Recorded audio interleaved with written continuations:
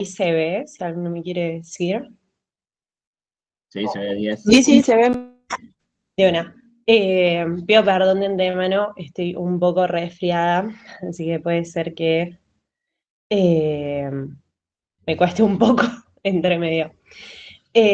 Bueno, como habíamos comenzado la otra vez en sistema circulatorio, vamos a empezar explicando qué es el sistema respiratorio. La guía les habla del aire como un aliento vital y eso hace referencia a la importancia básica que tiene en el organismo eh, para incorporar los gases que van a ser utilizados como energía en el resto de órganos. El sistema respiratorio va a ser el que se encargue de incorporar este aire, utilizarlo y eliminar los desechos que produzcan los órganos al utilizarlo precisamente.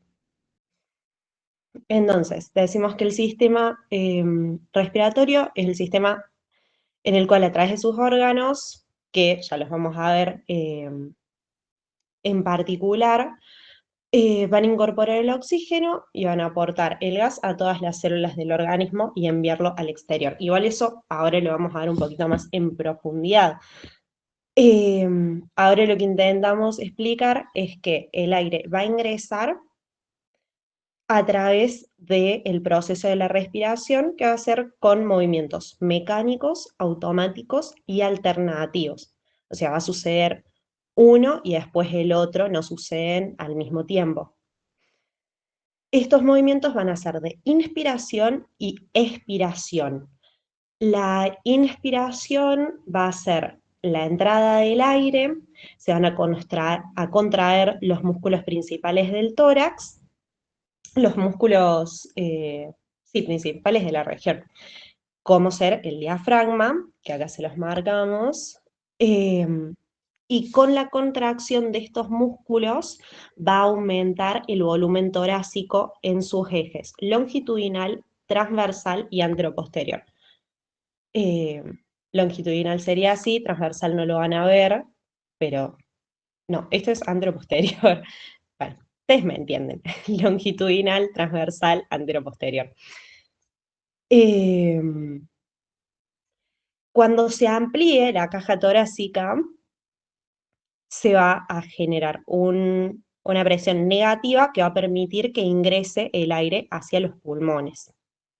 Entonces decimos que la inspiración es un proceso activo porque requiere energía, por eso se van a contraer los músculos, y de presión negativa porque es esa presión negativa la que nos va a permitir que ingrese el aire a los pulmones.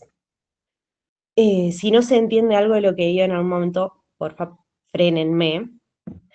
Eh, por ahí les puede servir pensar, a mí me costaba mucho entender que se ampliaba la caja torácica si se contraían los músculos, capaz a alguno más le cuesta, piénsenlo como que cuando un músculo se contrae se hace como más fino, más se tensa, por si les sirve, algo que a mí me sirvió antes. Y después tenemos al siguiente movimiento que es la expiración, que tengan mucho ojo cuando lo escriban, que es expiración con S, porque la expiración va a ser la última del humano. Y este es un proceso pasivo, porque no requiere de energía, en el que se van a relajar todos los músculos de la cavidad torácica y va a disminuir el volumen también torácico. Esto genera una presión positiva que hace que salga el aire. Si hasta ahí estamos, seguimos con la clasificación de los tipos de respiración que tenemos. Esta parte va a estar un poquito más relacionada a lo que veníamos viendo en el sistema circulatorio de la circulación mayor y menor. Vamos a tener una respiración interna o celular que está relacionada con la circulación mayor porque se trata del aporte de oxígeno a todos los tejidos para que estos puedan desarrollar sus funciones. ¿Se acuerdan que cuando veíamos circulación mayor, veíamos que va a llegar la sangre arterial a todos los tejidos? En ese proceso de irrigación se le aporta, entre otras cosas, gases a los tejidos y estos, en este caso, para el estudio del sistema respiratorio, vamos a decir que devuelven como desecho dióxido de carbono. Por eso decimos que está más relacionado a la circulación mayor.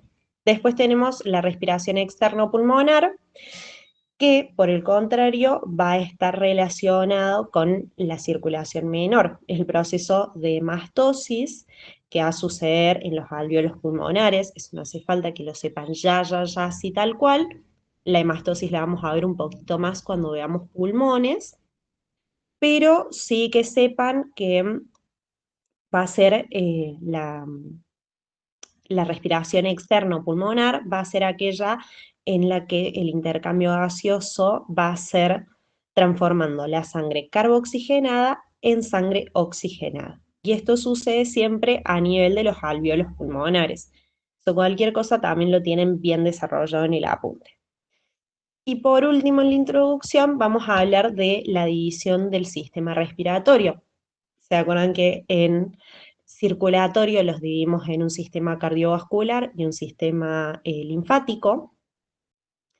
Acá lo vamos a dividir en un sistema de conducción o de vías aéreas y un sistema de intercambio o superficie alveolar. En cuanto al sistema de conducción o vías aéreas, vamos a decir que es un sistema de conductos en donde el aire no va a sufrir grandes cambios físicos o químicos, sino que se conduce.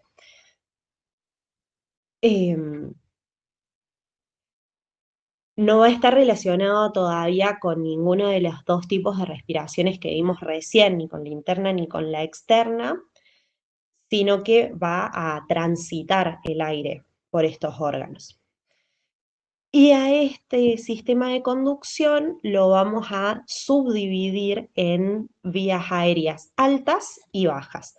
Las altas van a ser las primeras, si vamos de un orden desde que el aire ingresa en el organismo hasta que llega a los pulmones. Las altas van a ser las primeras, que van a ser nariz, fosas nasales y faringe. A este sistema también generalmente lo estudiamos eh, en orden de entrada, digamos. Así que ahora ya van a ver nariz, esto les sirve por las dudas de machetito para saber eh, cómo va a ser el orden en que vamos a dar todos los órganos. Y después vamos a tener las vías aéreas bajas, que van a incluir laringe, tráquea y bronquios. Acá acuérdense que todavía no suceden cambios químicos ni físicos en el aire que ingresa.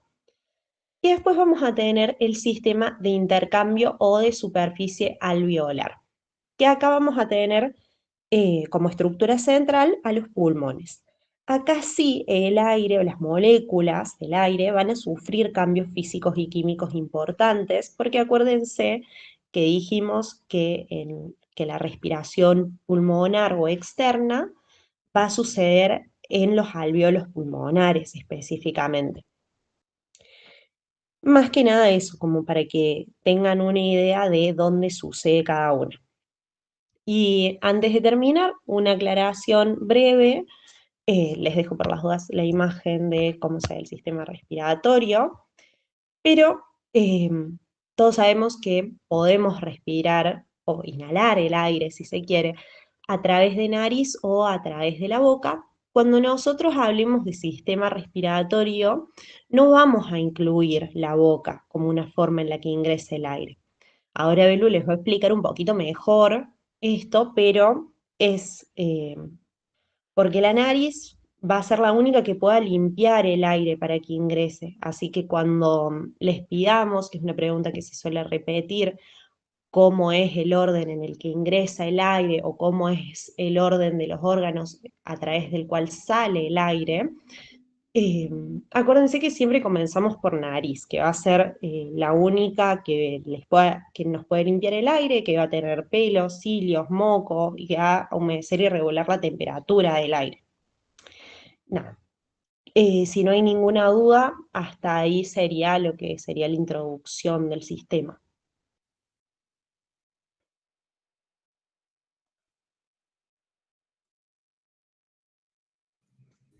Perfecto. Bien. ¿Alguna duda, chicos? ¿Ninguna? No, profe. No, ninguna. Nada. Bueno, Bueno, acá hoy estas clases son temas tranqui y aprovechen también para no perderlos de vista. Después también cuando tengamos que rendir, repásenlos, pero son temas que en principio no parecen complicados. Obviamente igual, si hay alguna duda, nos avisan. Ahora, no sé si alguien levantó la mano. No. Ahora sigue Belu. Yo voy respondiendo mientras los mails con las notas. Dale. ¿Cómo andan? ¿Todo bien? ¿Se escucha bien? A ver. Sí, se escucha de 10. Belu. Voy a dejar esto acá. Así no molesta. Bueno, vamos a empezar con la nariz. Espera que le voy a poner el puntero. Ahí está. Vamos a empezar con la nariz, que es el primer órgano de las vías aéreas altas, como había dicho Belu, donde vamos a empezar a decir sus funciones, su situación, configuración externa y constitución anatómica. Siempre que estudiemos un órgano, tratemos de hacerlo en orden. Así también no se nos mezcla a nosotros en la cabeza.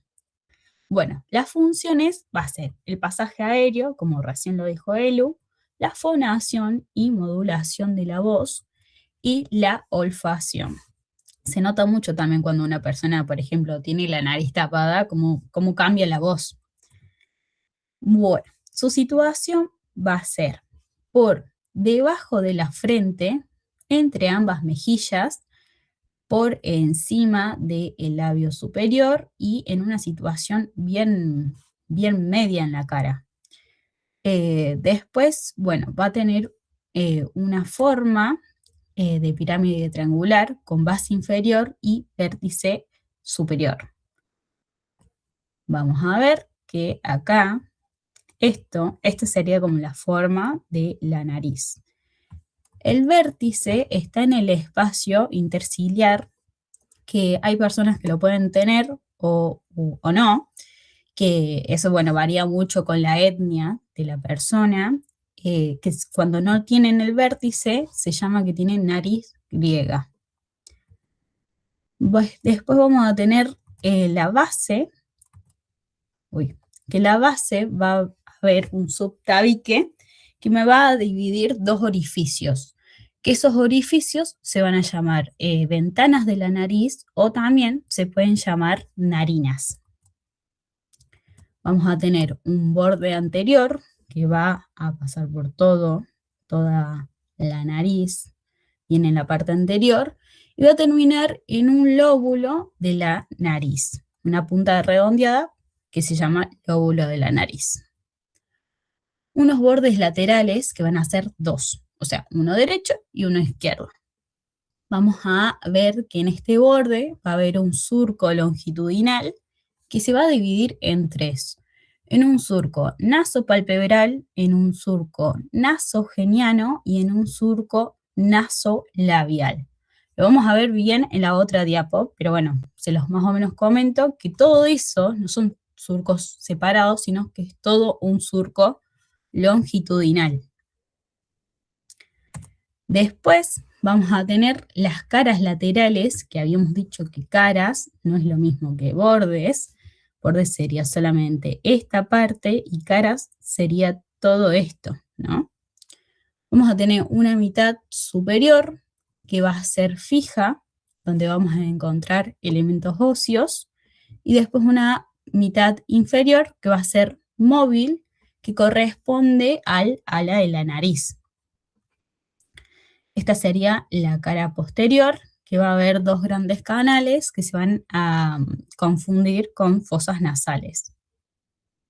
Acá tenemos la modelo que creo que es Bella Hadid, no me acuerdo, o una de esas, una de esas hermanas, donde vamos a ver que en la base, ahí se encuentran, bueno, acá las veo un poquito, pero obviamente se ven los dos orificios, que son las narinas o la ventana de la nariz, el borde anterior con el lóbulo de la nariz, el vértice en la región interciliar, en el espacio interciliar, los bordes laterales, que ahí vamos a ver bien los surcos. El surco nasopalpebral, el surco nasogeniano y el surco nasolabial. Todo esto es el surco longitudinal, ¿no? Las caras laterales, que va a ser con su porción fija y su porción móvil, y eso sería la configuración externa. ¿Hasta ahí estamos bien? No sé si se entiende o, bueno, o lo vuelvo a explicar. Bueno. ¿Hay posibilidad, si se puede poner la diapositiva de las funciones? Sí, sí, sí. A ver. Ahí está. Ahí está. Gracias, gracias, gracias. Bueno. Vamos con la constitución anatómica, que va a estar constituida por esqueleto, que en su parte va a formar hueso, cartílagos y membrana fibrosa. También va a estar constituido con capa muscular, un revestimiento externo y un revestimiento interno. Ahora vamos a empezar a describir cada uno de estos, empezando con el esqueleto, con los huesos. Los huesos van a ser los huesos propios de la nariz y la apófisis ascendente del maxilar superior. No es tan complicado, son esos dos nomás. Acá hay una radiografía que, bueno, capaz que, no sé si las vieron ya en rayos 2, capaz que sí, capaz que no, no me acuerdo.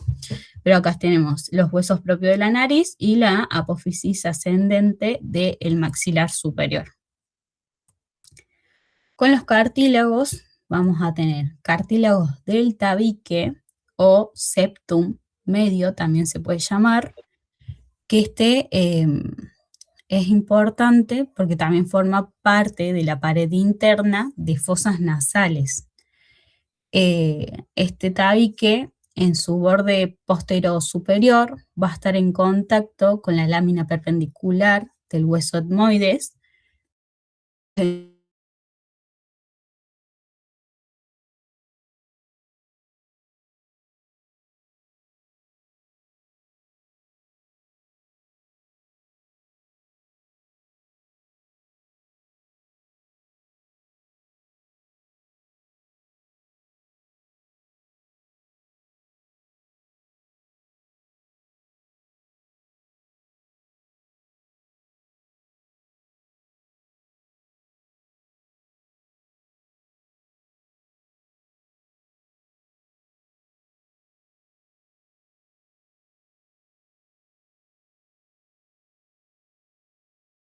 Acá lo vamos a ver bien, que tenemos el alar, o bueno, del ala de la nariz, con su forma de herradura.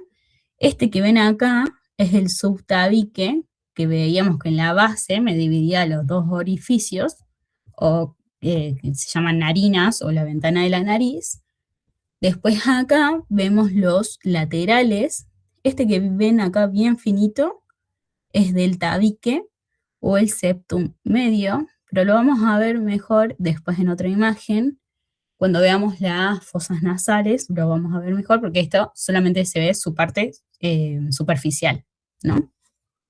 Después vamos a tener al alar y acá van a estar los accesorios.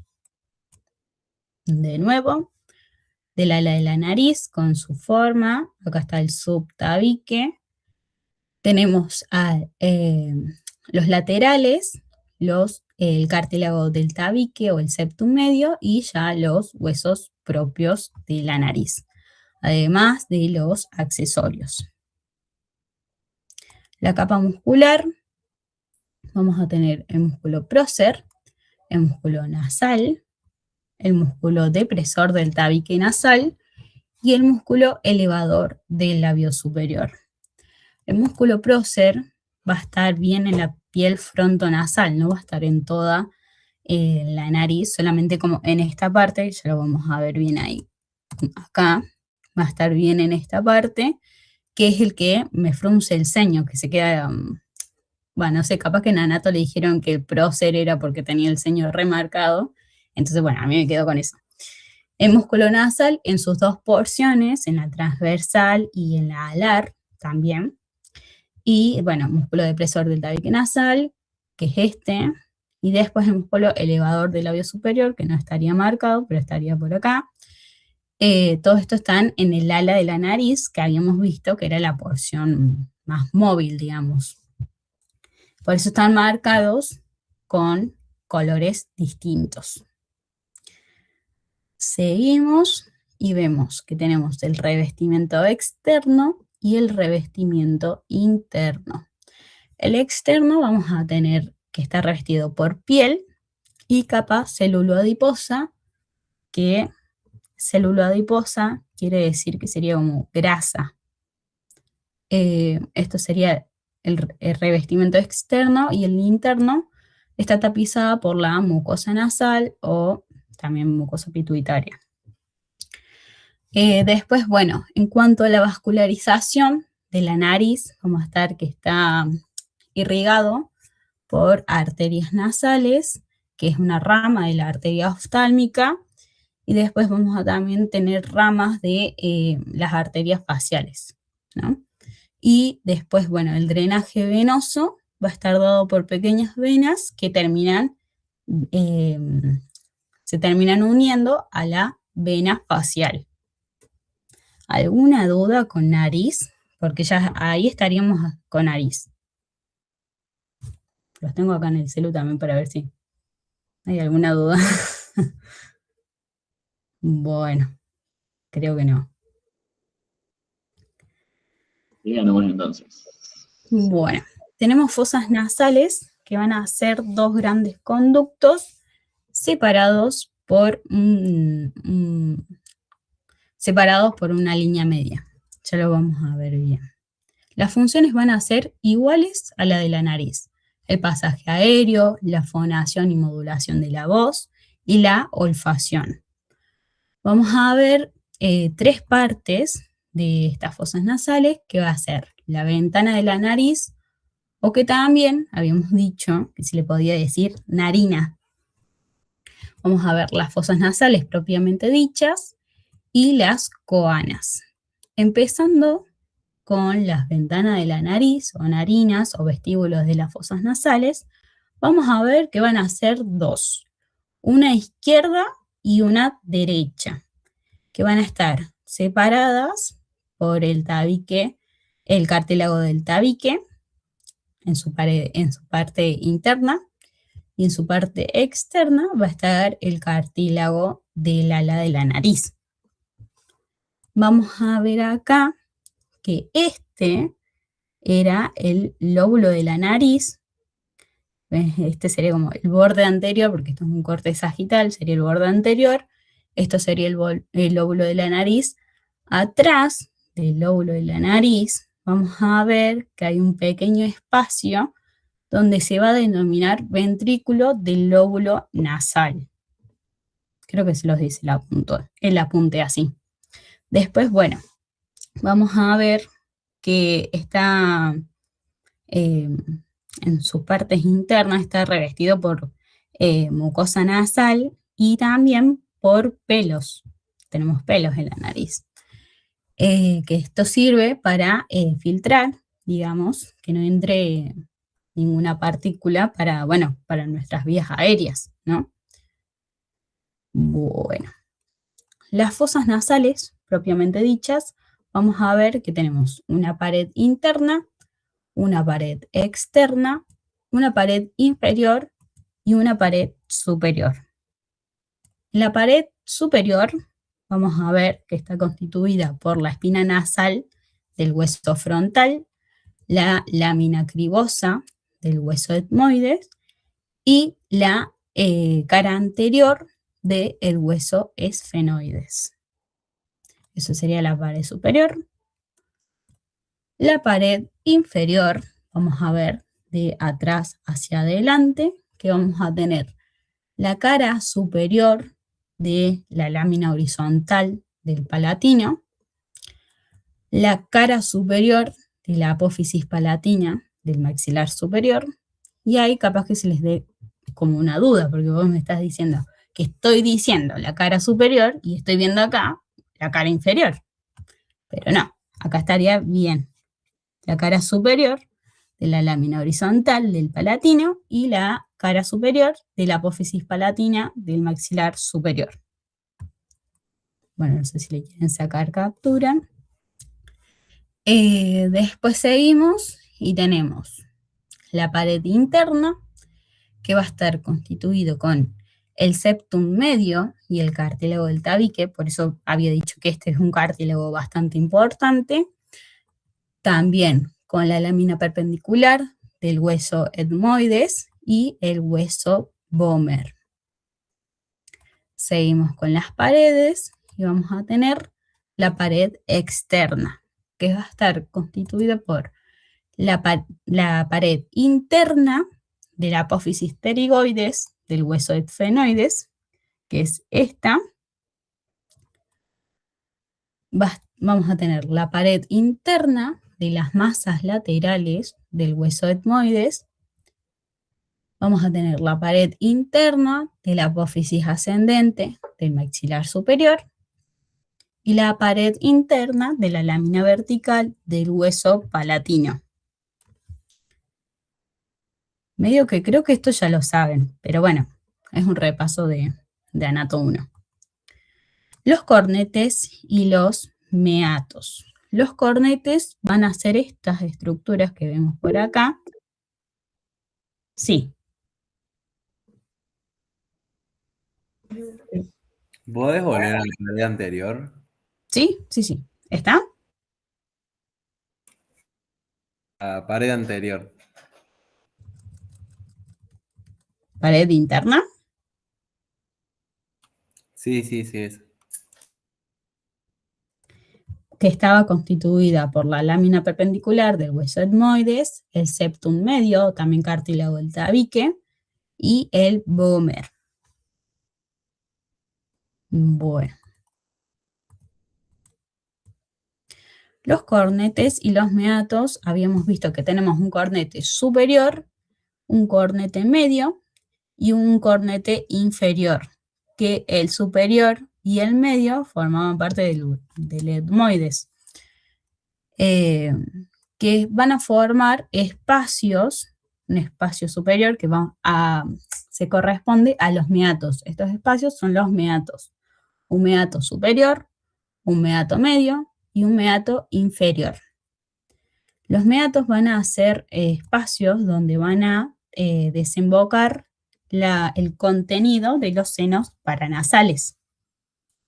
En el meato superior va a desembocar las celdillas etmoidiales posteriores.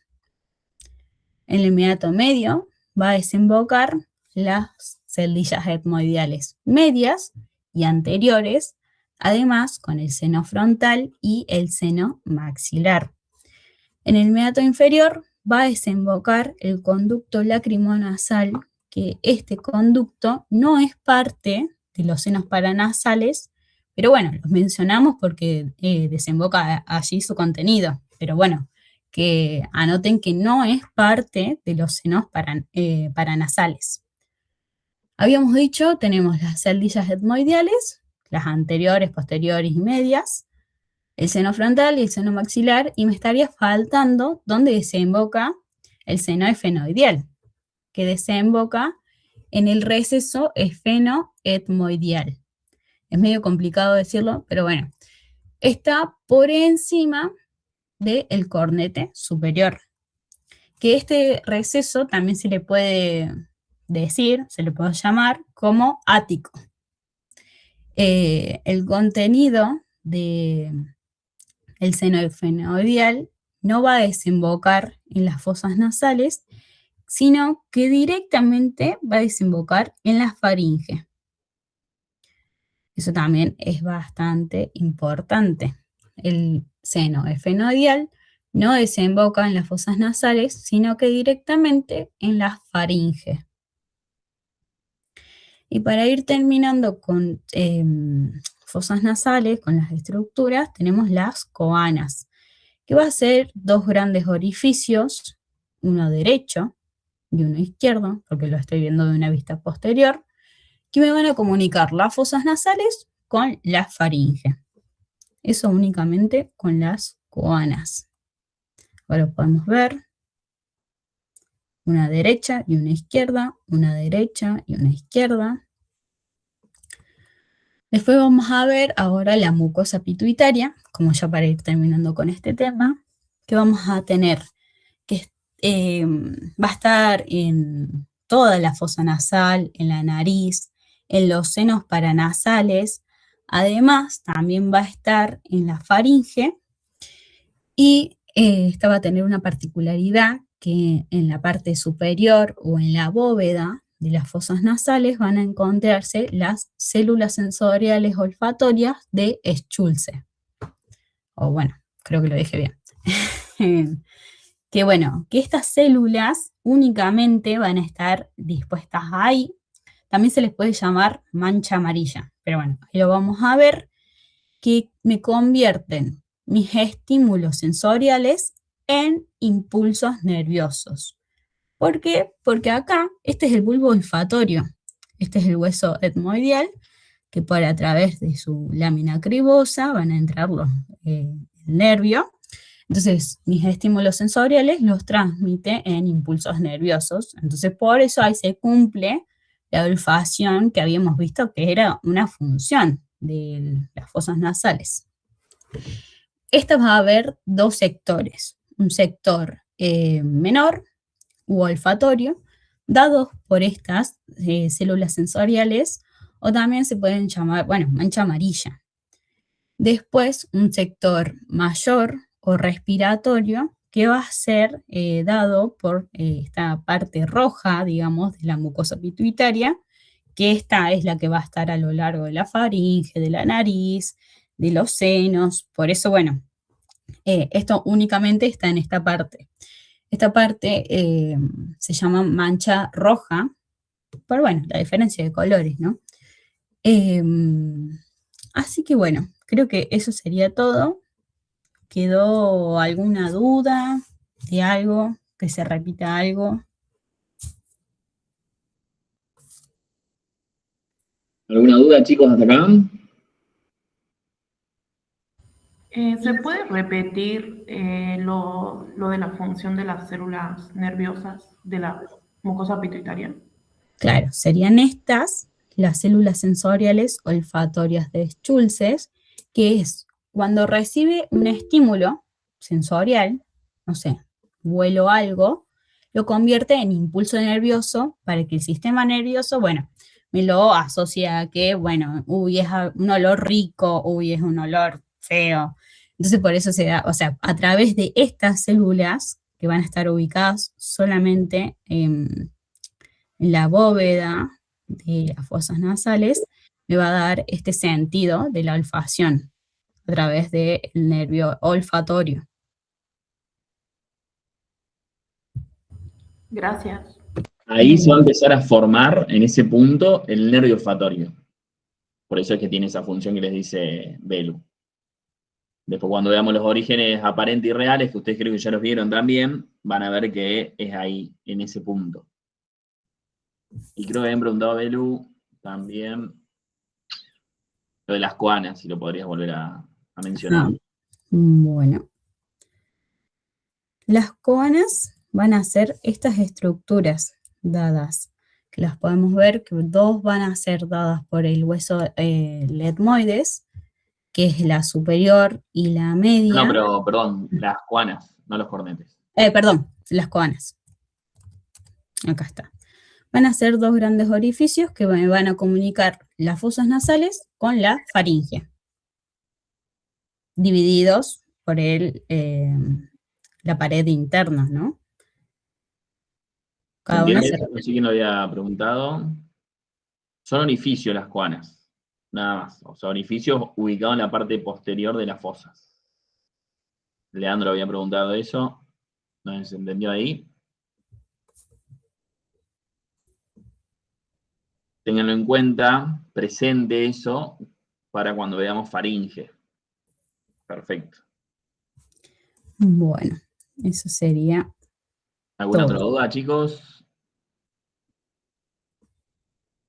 Nada, bueno, vamos nomás. Vamos con el Sí, último profe, temita. disculpe. Ah, perdón, sí, Selene. ¿A qué se denominaba mancha roja? A esta, a ver, uy, a ver.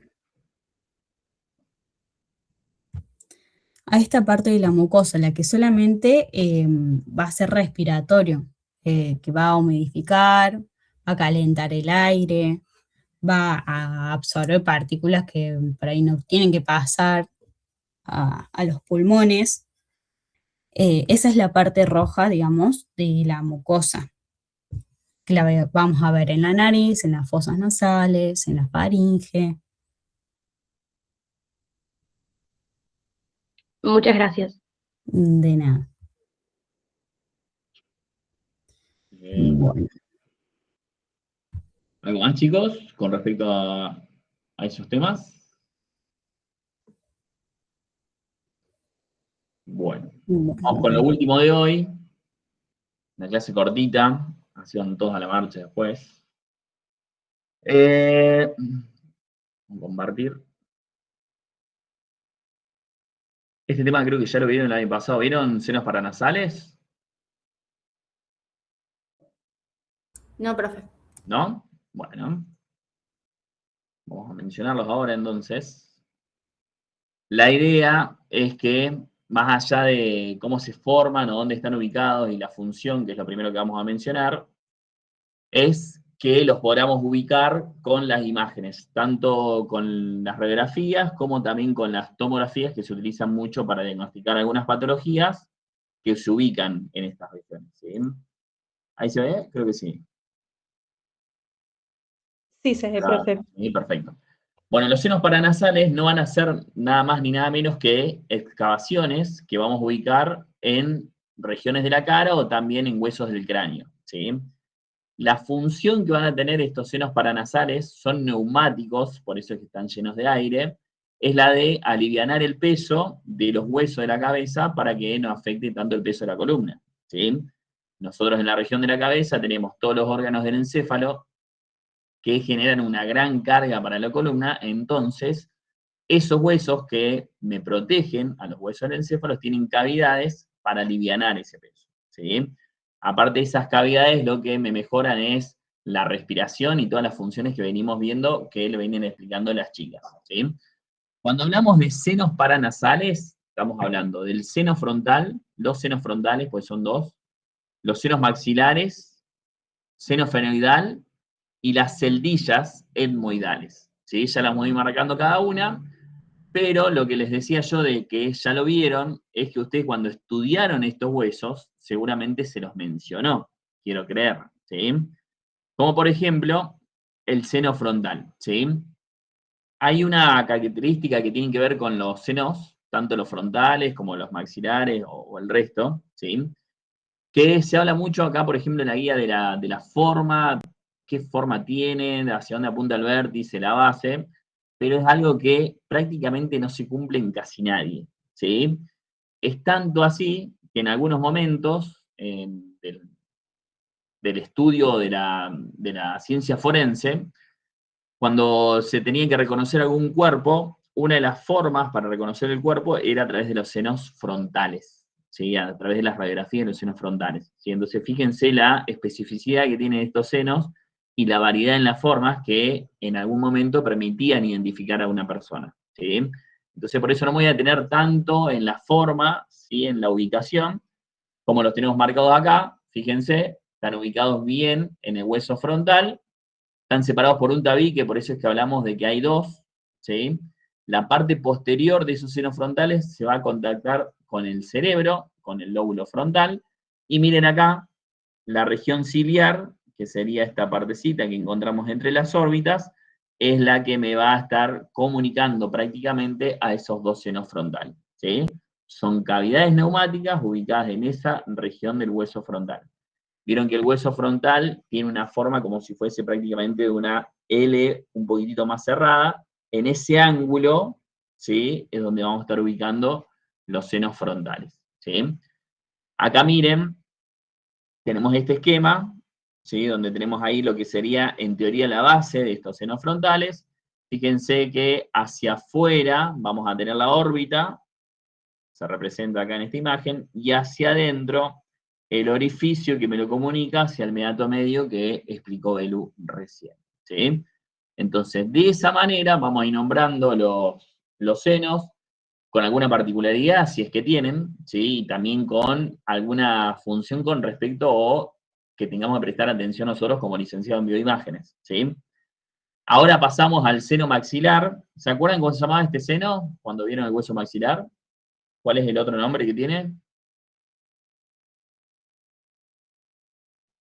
Seno de Leonardo. Exactamente. ¿Sí? Vieron que lo habían visto el año pasado cuando estudiaron estos huesos. Así como dice el compañero, el seno maxilar se lo conoce como el seno de Leonardo. Es este que está marcado acá, en violeta. ¿Sí? Si lo miramos con mucho amor, la base de ese seno tiene una forma pirámide cuadrangular, mira hacia las fosas nasales, que es lo que estamos, perdón, que es lo que le estaba explicando Belu recién, ¿sí?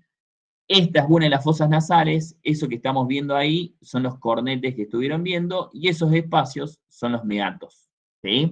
Entonces esto es un corte coronal, ¿sí? Recontra importante porque de esta manera lo vamos a estudiar por tomografía, ¿ok? Y el vértice de ese seno maxilar mira hacia el hueso malar. Hay una relación recontra importante que tiene este seno maxilar, que es a través de su cara superior, que es esta que estoy marcando acá, ya que se relaciona con el piso de la órbita, ¿sí? Entonces, ¿qué importancia tiene para nosotros como licenciados? Los van a llamar muchas veces de la guardia por tomografías de macizo facial o de cráneo, por traumatismos, ¿sí? Hay un traumatismo que se dan en la cavidad orbitaria, hay uno que es bastante común que se da, que es cuando se pegan con la pelota de hockey. Vieron que la pelota de hockey es bastante dura, no sé si alguno juega al hockey, pero me parece que de madera, no sé qué es, pero es durísima. Se parte muchas veces el suelo de la órbita, que está ubicado acá, lo que me estoy marcando, y entonces cuando nosotros hacemos la tomografía, esa tomografía de órbitas la tenemos que incluir para tomar sí o sí el seno maxilar, porque cualquier hematoma que pueda tener el globo ocular va a caer y me va a llenar el seno maxilar, ¿sí? Entonces, son cavidades, los senos, en este caso los senos paranasales, que normalmente deberían estar llenas de aire, pero en algunos casos pueden haber líquidos, como en este caso que les estoy contando, líquidos tal como la sangre. ¿Se entiende? Entonces, la cara superior de ese seno maxilar está en contacto con el piso de la órbita, ¿sí? Hay traumatismos más graves, más fuertes, que hay muchas veces que el globo ocular directamente se cae hacia el seno, ¿sí? Entonces, por eso es importante, cuando hacemos la tomografía de órbitas, tomar sí o sí hasta incluir el seno maxilar correspondiente, ¿ok? Ahí lo vemos, el seno de Leonardo. Fíjense que cuando lo vemos en una vista lateral tiene una forma cuadrangular. Ahí lo tenemos hacia allá, su relación con las fosas nasales, que es lo que estábamos viendo a través de su pared interna, y ahí encontramos la cavidad orbitaria. Fíjense como la cara superior del seno maxilar se relaciona con el piso de la órbita, ¿sí? Ya también acá tenemos otra relación bastante importante. No sé si acá hay algunos que se haya hecho algún implante dental, ¿sí? Pero en ese caso, esta imagen lo muestra clarito, los implantes, en algunos casos, suele suceder que se perfora el seno, ¿sí?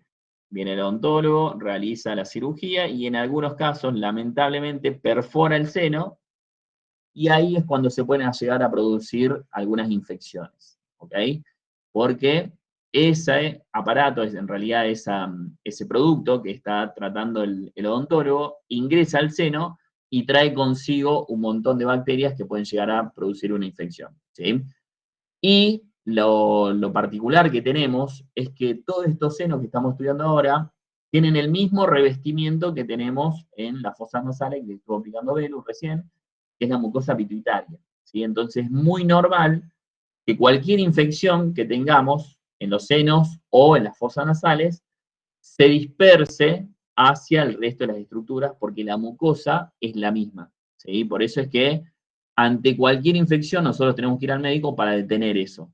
Cuando lo dejamos avanzar es cuando se sigue progresando esa enfermedad, hasta incluso poder llegar a la faringe o a la laringe, que tienen esa misma mucosa pituitaria, y entonces esa infección que era leve de la región alta del sistema respiratorio, ya empieza a hacerse un poquito más aguda y llega a la parte baja, ¿sí? Entonces, nunca subestimen, no es que para volverse loco, traumático, pero las infecciones hay que tratarlas para que no vayan haciéndose crónicas y progresen en el resto de las vías respiratorias, ¿sí? Ahí tenemos un esquemita con todas las paredes y las relaciones, que eso lo tienen todo en la guía. Me parecía más interesante mencionarles lo que les estuve diciendo recién, las relaciones y lo que nosotros tenemos que tener como precaución, por lo menos, al hacer estos estudios. Luego vamos a ir a las celdillas etmoidales, que en qué parte del etmoidal van a estar ubicadas.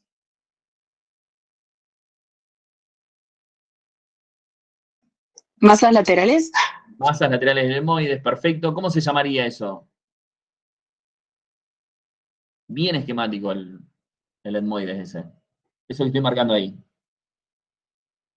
¿No es la apófisis cristalis? Exactamente, es esa misma, ¿sí? Ahí se va a insertar una estructura que vamos a ver a fin de año, que es la hoz del cerebro, ¿sí? Pero estoy seguro que cuando vieron el etmoides, les dijeron la apófisis cristalis, ahí se va a insertar la hoz del cerebro, que todavía no tenían idea. Y acá también, cuando estuvieron estudiando el etmoide, vieron que existían las celdillas etmoidales, ¿sí? Que son estas que estoy marcando acá. Miren cómo se nota. ¿Sí? Generalmente se divide en anteriores, medias y posteriores. Acá tenemos un corte sagital y acá un corte axial. Son esas, las celdillas etmoidales. Eso que está ahí más parejito corresponden a las fosas nasales, ¿sí? Acá tenemos masas laterales, esta es la derecha por un corte axial, y acá tenemos la otra, la masa lateral izquierda, con sus celdillas etmoidales, ¿sí? Entonces, lo que vamos a tener que ubicar nosotros es dónde van a desembocar cada una de estas celdillas etmoidales, que es lo mismo que les dijo Belu. Las posteriores desembocan en el meato superior, las medias y las superiores desembocan en el meato medio. Las medias y las anteriores, por las dudas, ¿sí? Las medias y las anteriores en el meato medio.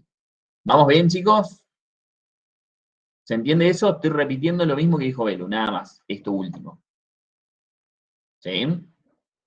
Y por último, vamos a ver el seno esfenoidal, que claramente, por el nombre, va a estar ubicado en el cuerpo del esfenoides. Acá lo tenemos en una vista sagital. Este es el esfenoides. Cuando ustedes lo estudiaron, veían que tenía una cavidad en su parte más interna, que correspondía a un seno neumático que se llama seno esfenoidal, ¿sí? ¿Qué es lo que quiero remarcar de acá? Miren la relación que tenemos ahí con eso. ¿Cómo se llama? Silla turca. Silla turca. ¿Qué aloja la silla turca? Hipófisis. La glándula hipofisiaria. La glándula hipofisiaria, perfecto. Miren ustedes, ¿sí? Hay un procedimiento que cuando se trata de operar la hipófisis es una glándula, segrega muchísimas hormonas, ¿sí? Y en algunos casos se generan microadenomas, que son pequeñas lesiones en esta glándula, y es necesario tratarla, ¿sí? La forma más conveniente que se estudió para poder operar la silla turca no es abrir toda la cabeza, separar el cerebro y llegar a la silla turca, sino miren ustedes, a través de las fosas nasales, acá tenemos las narinas, ingresamos a las fosas nasales, ingresamos, dijo el mosquito, ingresa el médico, ingresa, perfora el seno esfenoidal y llega a la glándula hipófisis. Entonces, la cirugía de la hipófisis se hace a través de la nariz y las fosas nasales. Si tienen algún familiar que se la han practicado o nadie está exento de eso, van a ver que la operación de la silla turca, de la hipófisis, se hace a través de las fosas nasales, perforando el seno esfenoidal. ¿Sí? Esta imagen es bien representativa para entender esa relación que tiene con la glándula hipófisis, ¿sí? Ahí lo tenemos bien ubicado al seno esfenoidal, que también iba a formar parte del techo de las fosas nasales. ¿Se entiende? En este esquemita tienen cómo están distribuidas sus paredes, ¿sí? Que eso es lo mismo que tiene en la guía, pero por ahí de esta manera queda un poquitito más representado. Miren acá también, este esquema está bueno, porque acá me va diciendo cómo desembocan los senos, ¿sí? Esas cavidades neumáticas, en los meatos que les estuvo explicando recién Vero, ¿sí? ¿Estamos bien? Vamos a ver algunos casos, ¿sí? Y algunas imágenes, que es lo lindo que tenemos. Acá tenemos varias proyecciones, tenemos radiografías para evaluar los senos paranasales. Hay una de ellas, que está de acá, que está con la boca abierta, ¿sí? Y volvemos a la relación que mencionamos recién, ¿sí? Cuando al paciente se le pide abrir la boca para estudiar los senos paranasales, es para ver a través de la cavidad bucal, va a abrir la boca, ¿sí? Entonces vamos a alcanzar a visualizar allá a lo lejos el seno esfenoidal, ¿sí? Porque miren, con la boca cerrada yo puedo ver solamente los senos maxilares, en este caso, miren los senos frontales de esa persona. Los cuquitos, chiquititos, ahí, uno derecho y uno izquierdo. Miren los senos frontales de esta otra persona. ¿Sí? Entonces, me parece bastante como malicioso preguntar las formas de los senos. En realidad, los senos frontales, que son los que más diferencias tienen, ya capaz que los maxilares respetan más que nada esa forma triangular, pero miren lo que son estos frontales de esta persona. Totalmente diferente. ¿Sí? Entonces, yo acá evalúo en esta, donde apoyo el mentón, ¿sí? Vamos a evaluar los senos maxilares, los senos frontales, y ya cuando levanto y abro la boca, lo utilizo para poder evaluar los senos esfenoidales. ¿Sí? Miren acá, esto en realidad es una perfilografía que lo pide generalmente el odontólogo para ver, entre otras cosas, la mordida y poder así programar o mandar a hacer las distintas prótesis, ¿sí? Porque miren que está perfectamente de perfil y acá tenemos un aparatito, ¿sí? Que se hace con el ortopantomógrafo, ahí lo tenemos, pero miren acá, como veo de perfil, el seno frontal y acá los senos maxilares. ¿Lo van entendiendo un poco? ¿Qué le ven de error a alguna de estas tres? A ver si ya lo vamos migando. Más allá que no estamos en rayos.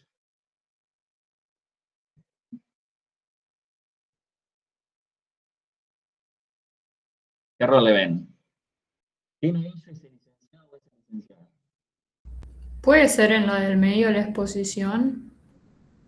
No, puede ser porque también, no sé acá con respecto a la imagen, ¿sí? Por ahí el contraste de la imagen subida puede llegar a ser el error, pero puede ser en realidad, y está bien, pues se ven bien las cavidades neumáticas, está un poquito, ¿No está marcada a la sobrepuesta. derecha? Está marcada a la derecha, está perfecto, en esa sí, y en esta no, puede ser un error ese también, pero en esta, ¿no le llama la atención algo? En esa se ve algo, que hay algo en la parte de la calota, que sería, no sé, como un artefacto. Eso de ahí, Tiene aros. exactamente, ¿sí? Porque generalmente se usan unas gomitas para que se coloca eso que le ves la sombra ahí, que lo veías vos, está bien, ¿sí? Pero generalmente son gomitas, ¿sí? Que van ahí que no se ven tanto, ¿sí? Entonces, por ahí cuando está tan translúcido, o en realidad tan radiopaco, pueden llegar a ser los aros, ¿sí? Así que, por lo menos para ir viendo un poquito otras cosas. Miren acá, ¿sí? Cómo está un seno libre, que es como lo deberíamos ver. Miren acá en la radiografía, cómo se ve ese nivel hidroaéreo, porque es decir que hay algún fluido ocupándolo, y acá, cuando lo vemos blanco el seno, es porque está velado, así lo menciona el médico, hay mucosidad dentro, ¿ok? Miren acá el esquema, la representación, como vemos los mocos, literalmente, invadiendo las cavidades neumáticas. Son esas infecciones que avanzan, ¿sí? Por el resto de los senos. Esto es una tomografía. Miren acá, seno maxilar libre, miren bien negrito, y acá totalmente ocupado. ¿Qué me está marcando las flechitas? Que hay fracturas, entonces lo más probable es que esto sea sangre, ¿ok? Pero miren cómo lo tengo que ver ahí en la tomografía. Bien, pero bien negro. Estas imágenes la tienen en la guía, Miren acá los senos esfenoidales, bien marcado el tabique, seno esfenoidal derecho, seno esfenoidal izquierdo. Corte axial, miren las celdillas etmoidales, perfectamente marcadas en las masas laterales del etmoides. En ese mismo corte axial veo los dos senos esfenoidales separados por el tabique. ¿Sí? Seguimos, otro corte coronal, miren acá, celdillas etmoidales, los senos maxilares, miren la forma, se respeta generalmente la forma de los senos maxilares. ¿Qué sería eso que estoy marcando? ¿Dónde está el puntero? Que lo vieron recién. Eso de ahí. Los cornetes. Perfecto. Y lo negrito que rodea los cornetes, Los meatos. Los los meatos. meatos. Exacto. ¿Y eso?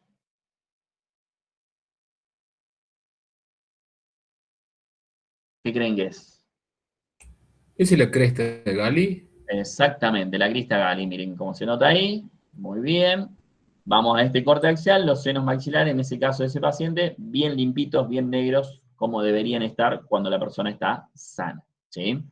Creo que queda una más. Senos frontales, miren lo que abarcan los senos frontales de esta persona.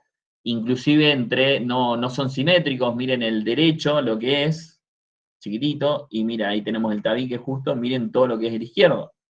Lo vemos acá en el corte coronal. Seno frontal derecho, tabique separándomelo del otro, y miren el seno frontal izquierdo, mucho más grande. ¿Sí? Acá tenemos otros casos que es muy similar al que veníamos hablando. Miren acá, seno totalmente ocupado, no tengo fracturas, así que lo que más lo voy a relacionar es con un proceso infeccioso, ¿sí? Porque aparte es como que tengo una mini cavidad neumática dentro de ese seno, porque todo esto está invadido literalmente por moco, ¿ok? Cuando se invaden los senos paranasales, cuando son menos, o cuando es poca cantidad, es la sinusitis, tal como conocemos. Cuando se invaden todos los senos paranasales, se lo conoce como pansinusitis, ¿sí? Como si fuese una pandemia de mocos, literalmente. Miren ahí, los senos sanos, liberados, y acá ya ocupados, ¿sí? ¿Qué le ven acá? ¿Tiene una fractura? ¿Fractura de qué? No, la espina del frontal. Ambas dos, ¿sí? Tabique, acá lo tenemos, ¿sí? Acá se utilizan valores muy bajos, fíjense que acá está recontra subexpuesto, pero me sirve bien para ver el tabique, ¿sí? Y los huesos propios también están fracturados, ¿sí? Miren acá qué tan bajos son los valores que se ve en la silueta de las narinas, ¿sí? Entonces esas cosas, está bueno entender la constitución anatómica, cómo están conformados los cartílagos de esa zona, para que yo después también, cuando realizo la radiografía, los valores que voy a utilizar, ¿sí? Valores muy bajos. Fíjense acá, este paciente pediátrico, obviamente, se había mandado una pila, lo vemos dentro de las fosas nasales, ahí se alcanza a visualizar una radiografía viejísima, ¿sí? Pero miren ahí cómo veo una de las fosas nasales y ahí adentro la pila, ¿sí? Miren acá el clip, ¿sí? En el perfil, y ahí lo tenemos en el frente para ver en cuál de las fosas nasales se encuentra, en la izquierda, ¿sí? Por eso hay que atarlos, nada, mentira, ¿sí? Ahí se alcanza a ver clarito. Así que esas radiografías de cuerpos extraños para esa zona se utilizan un montón. ¿Queda alguna duda, chicos? No. ¿Ninguna? Bueno, perfecto. ¿Van a la marcha o no? Pregunto de curioso nomás.